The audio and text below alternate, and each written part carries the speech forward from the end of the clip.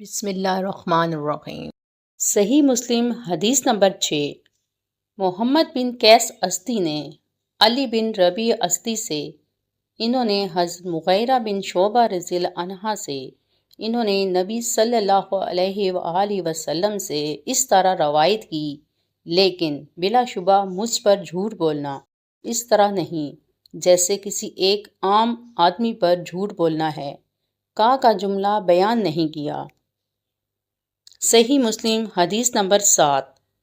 معاذ عنبری اور عبد الرحمن بن مہدی دونوں نے کہا، ہم سے شعبہ نے بیان کیا، انہوں نے خبیب بن عبد الرحمن سے، انہوں نے حفص بن عاصم سے روایت کی، کہا رسول اللہ صلی اللہ علیہ وآلہ وسلم نے فرمایا، آدمی کے جھوٹا ہونے کے لیے یہی کافی ہے کہ وہ ہر سنی ہوئی بات بیان کر دے۔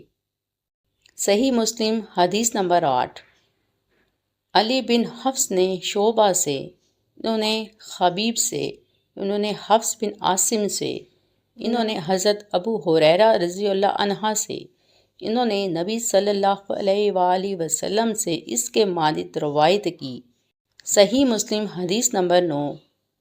ابو عثمان نہدی سے روایت ہے، کہا عمر بن خطاب رضی اللہ عنہ نے فرمایا، آدمی کے لیے جھوٹ سے اتنا کافی ہے جس کی بنا پر وہ جھوٹا قرار دیا جا سکتا ہے کہ وہ ہر سنی ہوئی بات بیان کر دے۔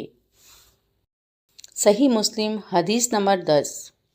ابن وہیب نے خبر دی، کہا مالک بن انس نے مجھ سے کہا، مجھے معلوم ہے کہ ایسا آدمی صحیح سالم نہیں ہوتا جو ہر سنی ہوئی بات آگے بیان کر دے، وہ کبھی امام نہیں بن سکتا جبکہ وہ ہر سنی ہوئی بات آگے بیان کر دیتا ہے۔